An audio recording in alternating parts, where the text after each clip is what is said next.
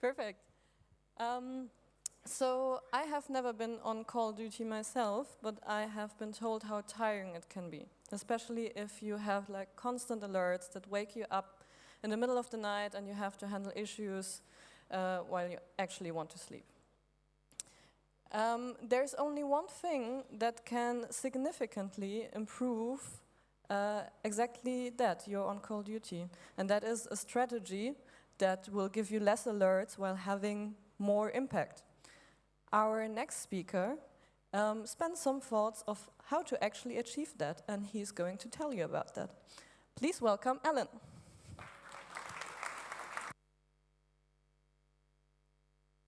Hi, y'all. Thanks for coming to my talk.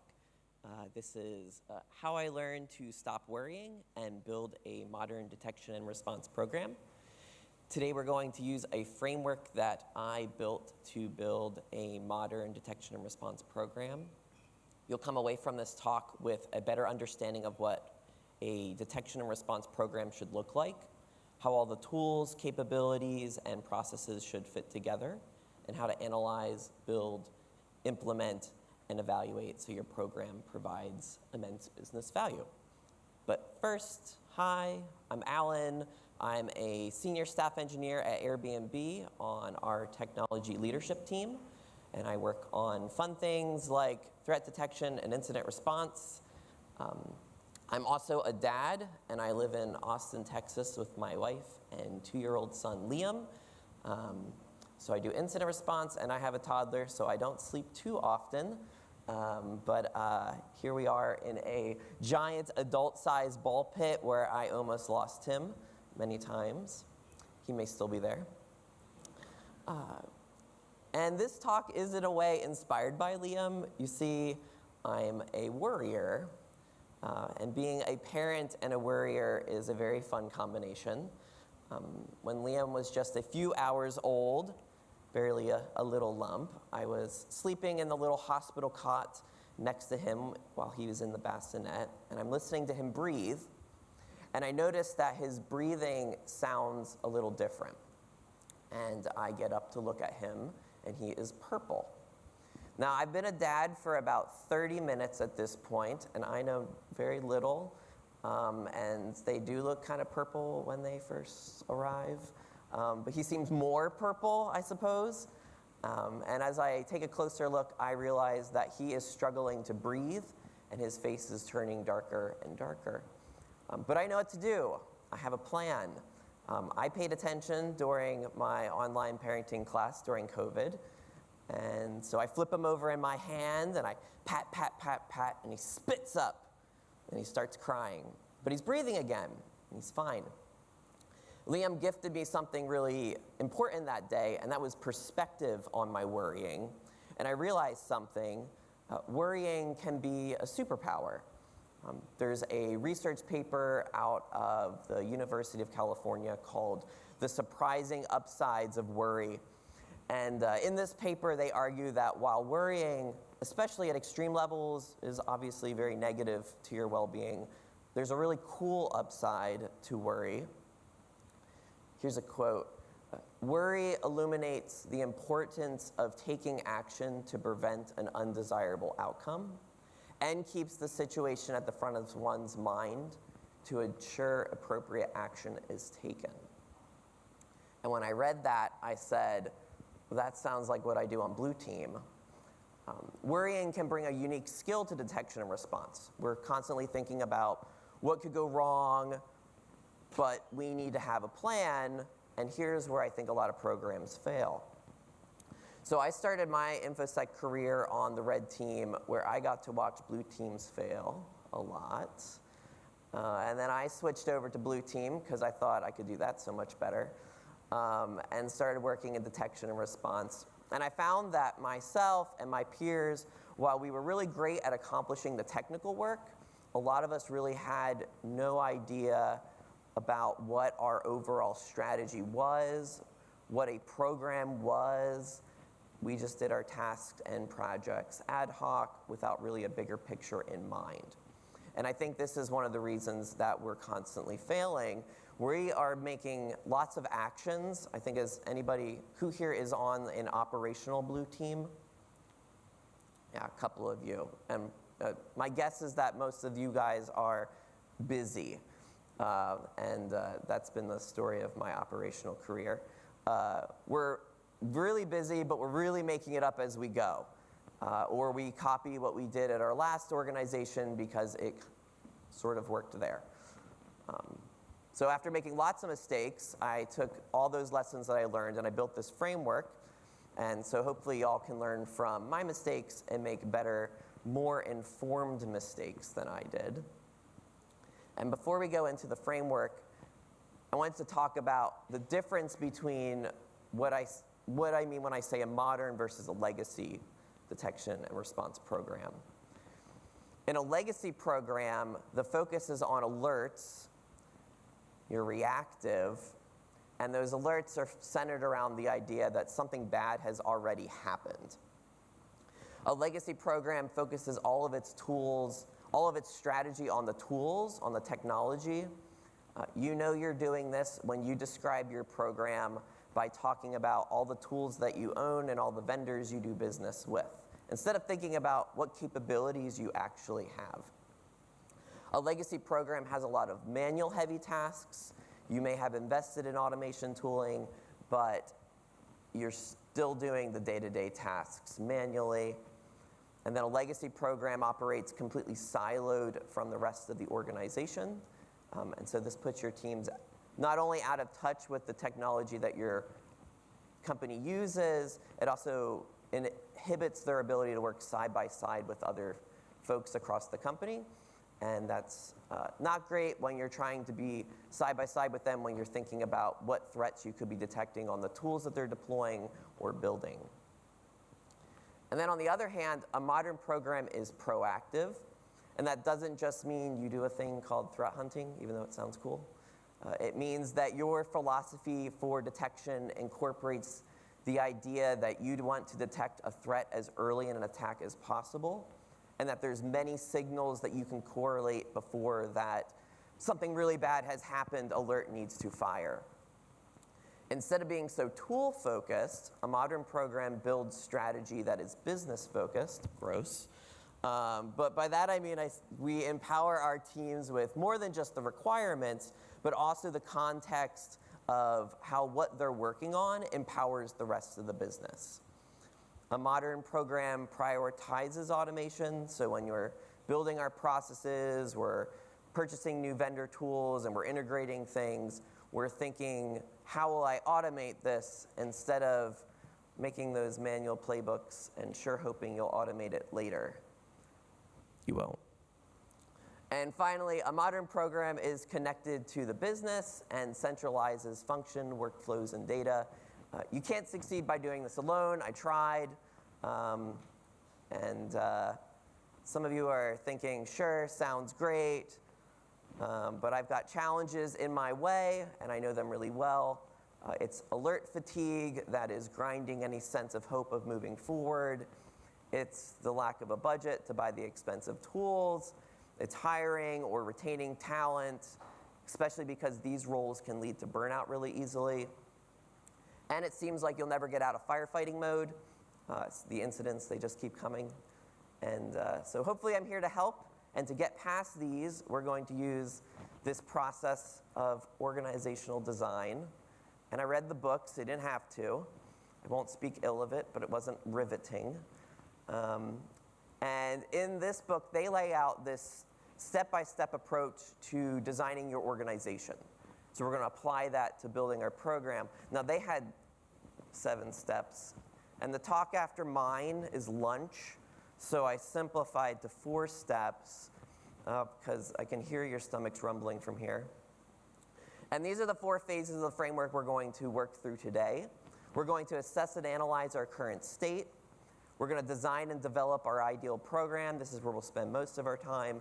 And then when it comes time to implement, I'll talk about some things that I've found help overcoming those operational challenges.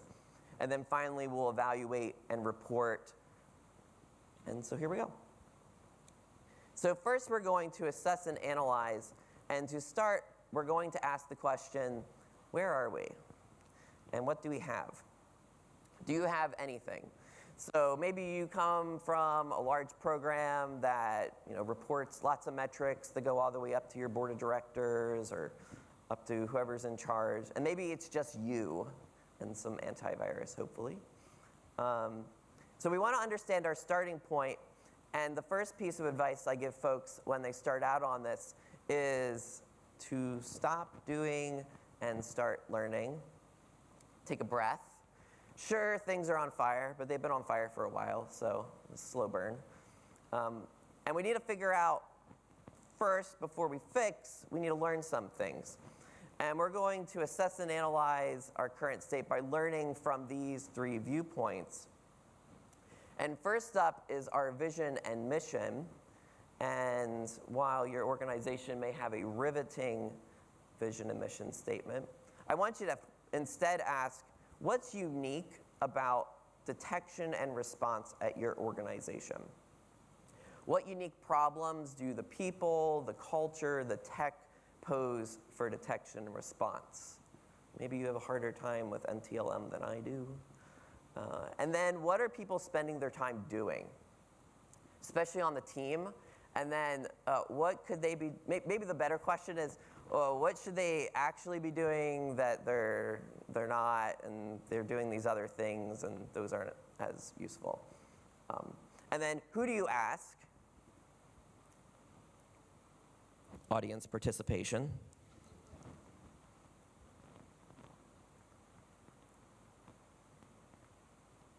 All is quiet in Berlin. Yes? What's that? Yeah, that's true. I like to start with the people that are going to do the work. So you could ask the folks on the team. Folks outside of the team, what are some people you might want to ask? Stakeholders, like who? CISO, leadership. You're probably going to ask them for some money, so that's a good place to go. What's that?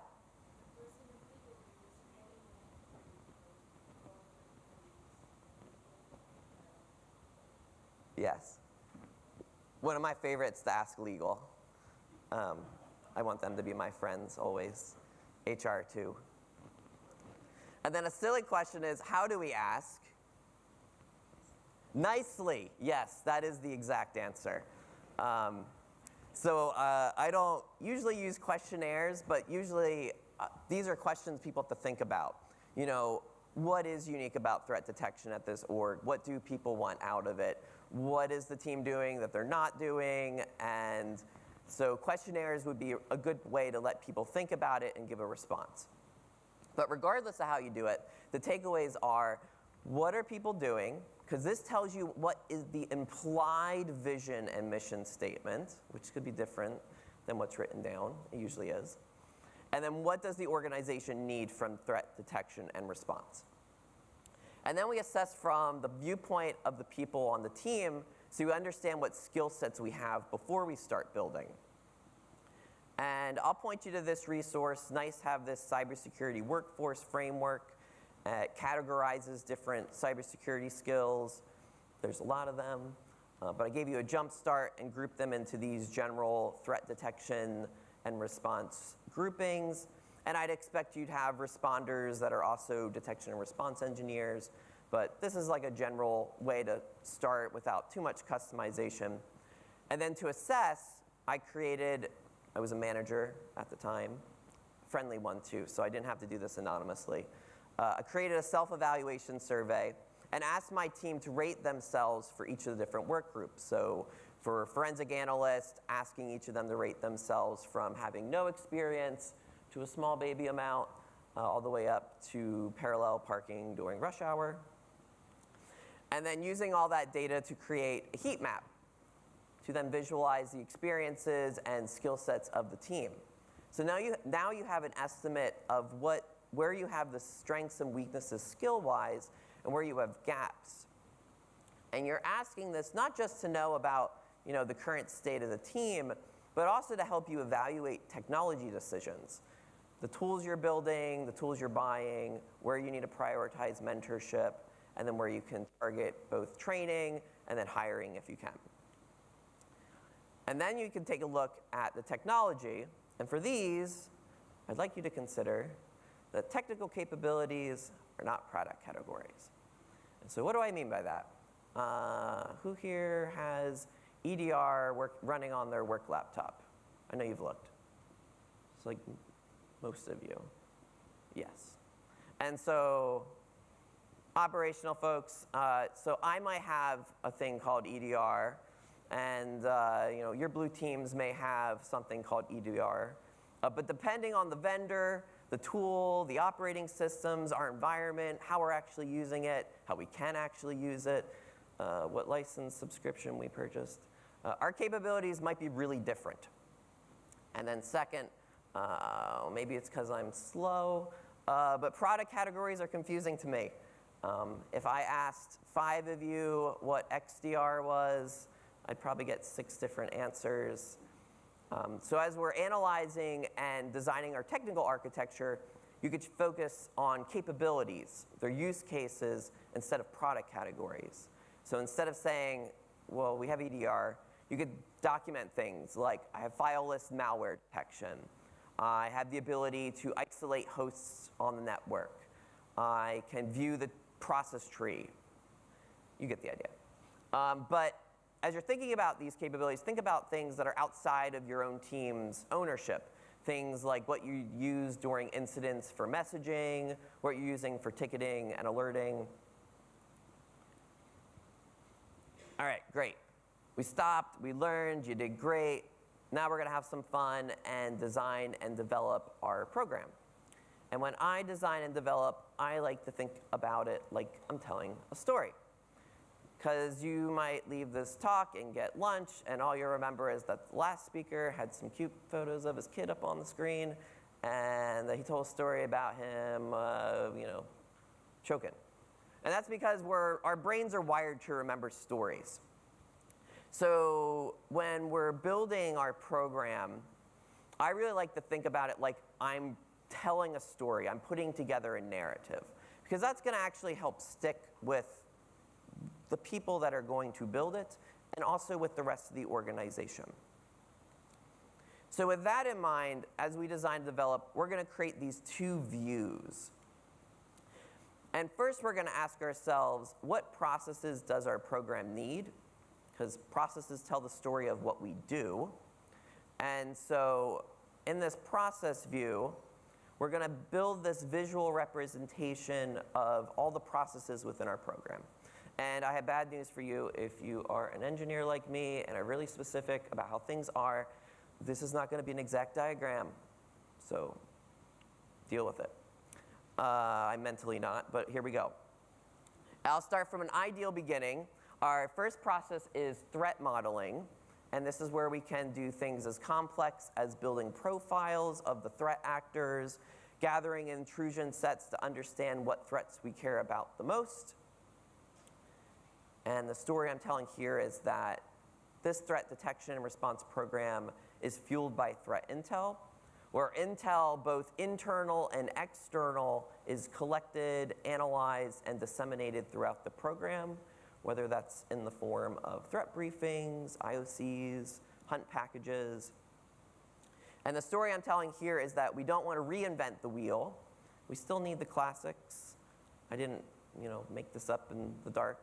We still need event monitoring, triage, analysis, incident response. And the story here is that we're proactive. Our intel, often from incidents, is used for threat hunting, maybe starting with simple automated IOC searching, and then moving into more creative data analysis. And the story I'm telling here is that we continuously test and improve our program with something called micro-purple tests. These are tests that simulate threat techniques so you can validate that your detections actually work and that your responses work.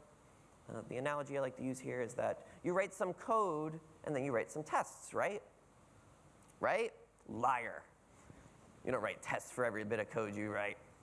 Unbelievable. But just like that, you write a detection, if you don't have a test to validate that this detection actually works, so simulating some threat actor behavior and then validating that yes, an alert would fire, but also that when that alert fires, an analyst is going to get that alert, know what to do, or have some automated things happen already. Otherwise, you could write the best alert in the world and nobody will know what to do with it. Closes false positive. And then a lot of the work that can come into our continuous improvement, so the idea that we're going to take the results of those micro-purple tests and prioritize the new detection capabilities, the new response capabilities. Those things often come from threat hunting. A lot of times you don't find the bad guy when you go threat hunting, but you find you have massive gaps in your app logs. And the story I'm telling here is that visibility without context has never been really good enough. So we want our data to be integrated with our threat intel. We want to be able to have the context of our systems, our networks, our applications and cloud platforms. We want observability. Then we can engineer detections that use that to find the bad guys. And when our detections fire, that's when our classical processes can pick up the event and start the triage and analysis process.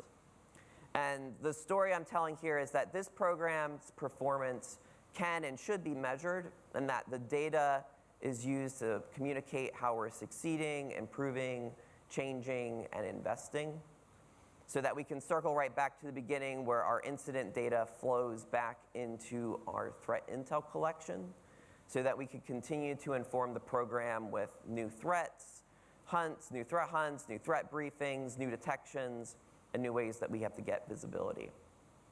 And the nice thing about a framework is that you don't have to do what I did.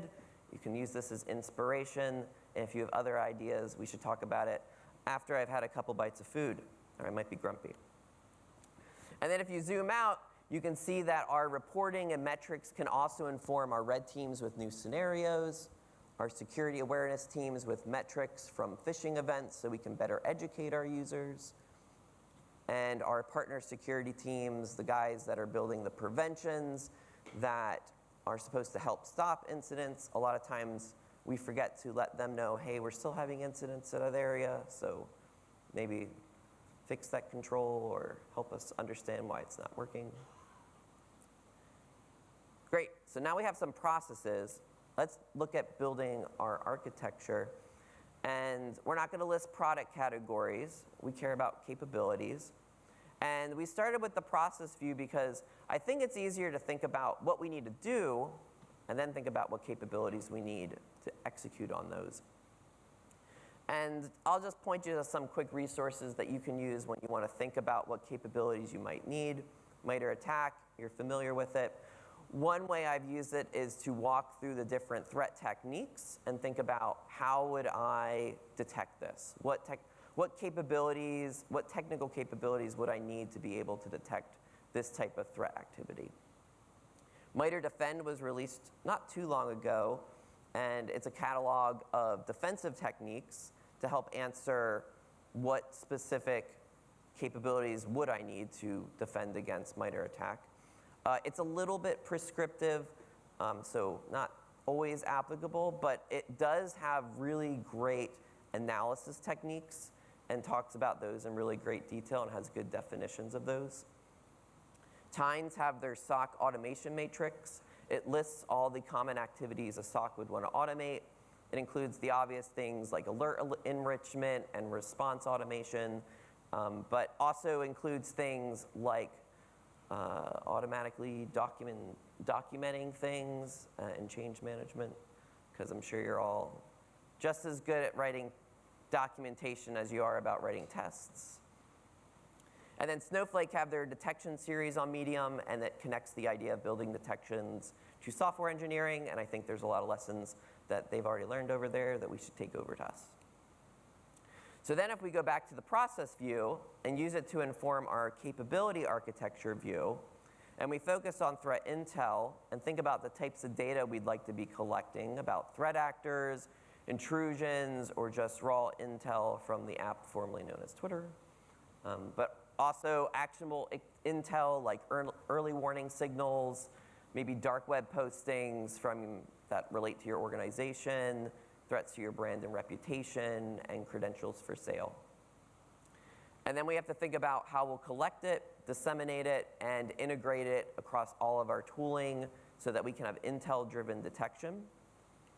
And then if we switch over to the classics and think about all the automated capabilities, we'll need to do triage and analysis, as well as the capabilities we'll need to do response. And then for the more engineering-focused processes, not just collecting the logs, but normalizing, enriching, aggregating, correlating, so that we can get true observability from our logs. And then thinking about the type of analytics we'll need to detect threats, both behaviors, malware, across our endpoints, networks, all the things that you have. And then how to automate testing across all the different MITRE attack techniques and all the different environments. And then you can put all those capabilities together and create our architecture view. And I've organized the capabilities into groups that tend to be more closely related. And just as I discussed before, the headline for the stories that I tell are often that threat intel capabilities should enable us to have intel-driven detection so that our threat behavior analytics, our malware analytics, our micro-purple tests can be directly informed by that intel so that you can take all that data, turn it into something that teams can use to write and engineer detections that generate alerts for automated analysis so that you can trigger your rapid responses across all your various controls. So then you have your long-term architecture, and all that seems pretty nice and fancy and whatnot. But maybe it doesn't sound too possible. You know, these are really beautifully crafted keynote diagrams, right? But they require a lot of things. They require funding, they require staffing of teams, and so what happens when you have a lack of a budget for those tools and a hiring freeze, or you can't retain anybody? So let's talk about it. And first, I'll talk about making the most of the people that you do have. So when I transitioned from being an engineer to a manager, my perspective changed a lot. I had to take a step back and think about the bigger picture, and that's where the idea of building these different viewpoints came from. I'm back in an engineering role again, and I realized that these viewpoints are vital for everyone, but especially the people that are building and operating it. Because these viewpoints tell the story of what's the most important thing for the team to be working on. And if you're in an operational team, that especially needs to be true because you're always busy, there's always things coming up. And so being able to automatically prioritize can be really helpful. If you're trying to build a new team, build a new program, but you have a lot of historical debt, noisy alerts, manual tasks, I have found two approaches that work really well. The first is to declare bankruptcy. Like, #1 USA move right there. You're not going to solve yourself out of this one. That probably won't fly with leadership, so outsource it. Time box it, but maybe bring in a third-party SOC or somebody, but throw bodies at the problem so that your team can focus on building the new thing that's going to work while you still maintain the requirements to handle alerts and incidents in the meantime. And then as you prioritize the technical capabilities you need, the inevitable question of build versus buy often comes up. We have it lots of times. And as an engineer, I really like to build. But usually what I recommend, especially for a program just starting out, is to find that 65% solution, because you can't ignore your basic principles that you want to be proactive, that you're prioritizing automation. And so there's going to be a lot of build that comes with a buy anyway. And so by buying, it gets you there part of the way, and then you can build those program specifics. And of course, while you build, you'll still have incidents, you'll still have your operations, and those are always going to be the priority. But especially at the beginning of implementation, you should say no. Let the less critical things fall on the floor, because we often, especially in operational teams, give the appearance of being busy, and we are really busy, but that sometimes leads to the thought that this program's working just fine. Like, everybody's really busy, so we must be detecting everything just fine. This program's great. But as we'll discuss next, changing how and what you report can really open up the eyes of your leadership and the rest of the org and get them on board with this endeavor to shift to a modern program. So let's jump in. And just like there were legacy and modern programs, I think a lot of you probably work in very modern detection and response programs, but are still falling into legacy methods of evaluating reporting, and it's preventing you from getting the support or funding that you need to really succeed. So when I say legacy, it means you're still thinking reactive by assuming that time to detect, time to respond, and time to contain is all there is to say about an incident.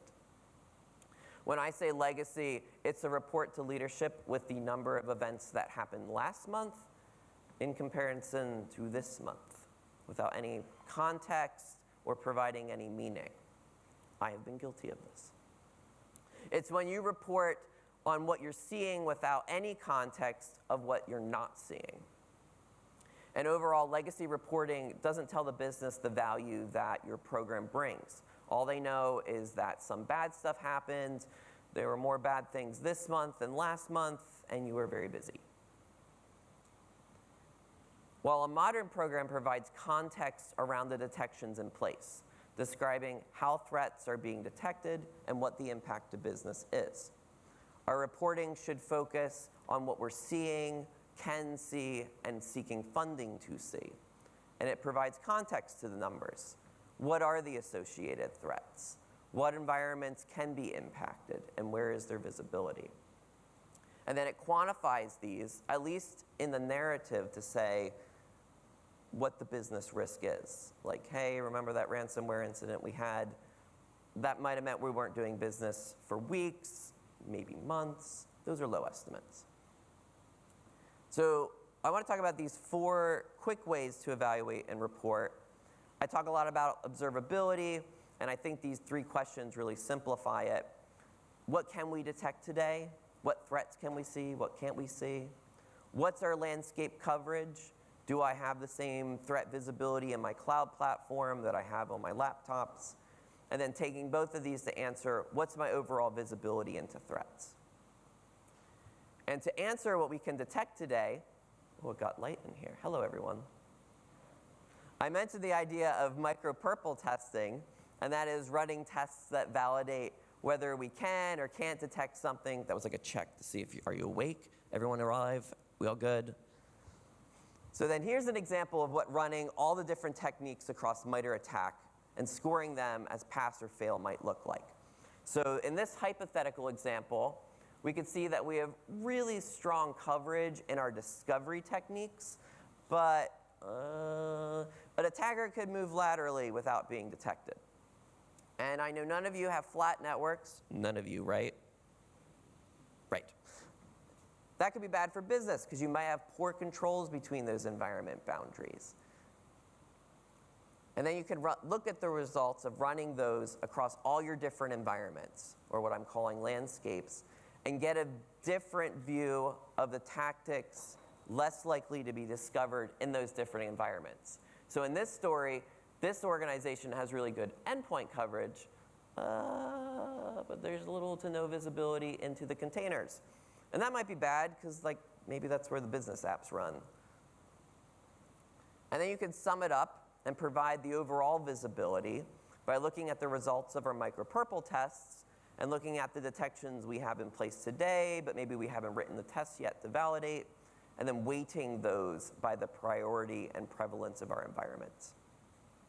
And then these reports tell your leadership what are the different types of threats, which ones we can see and where, and overall how we're doing.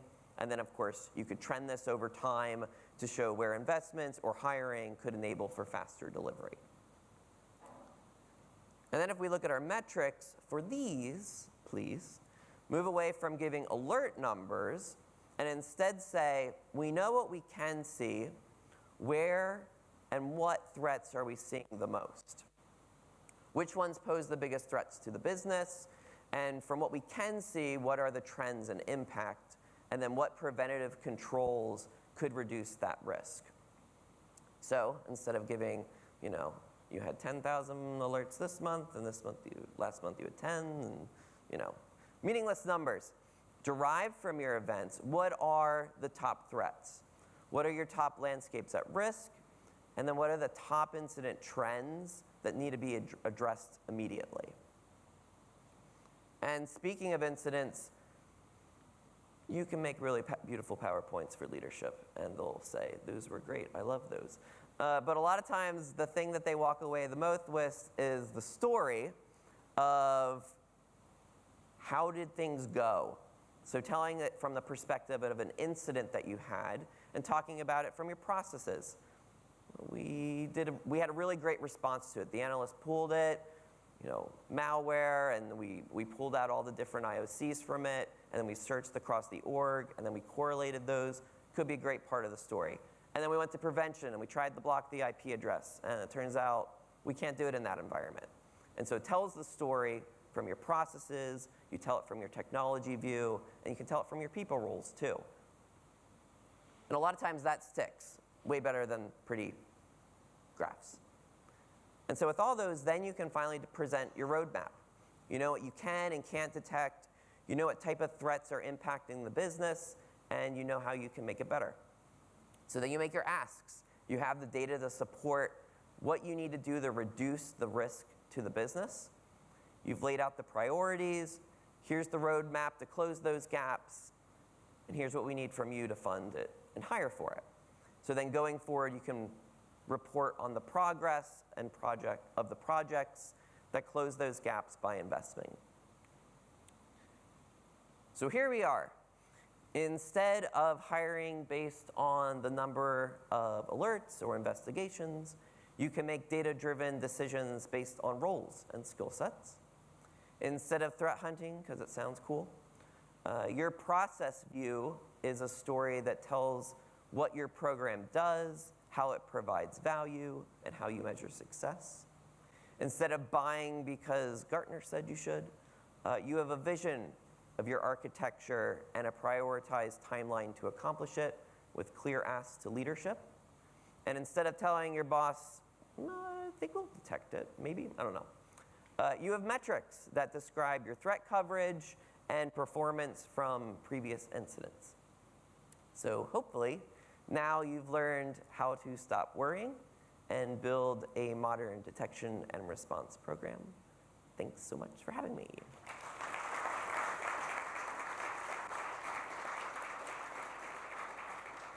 And then real quick, here's my email and my social handles. I write a very infrequent, I have a toddler, so excuses. I write a very infrequent newsletter called Meoward.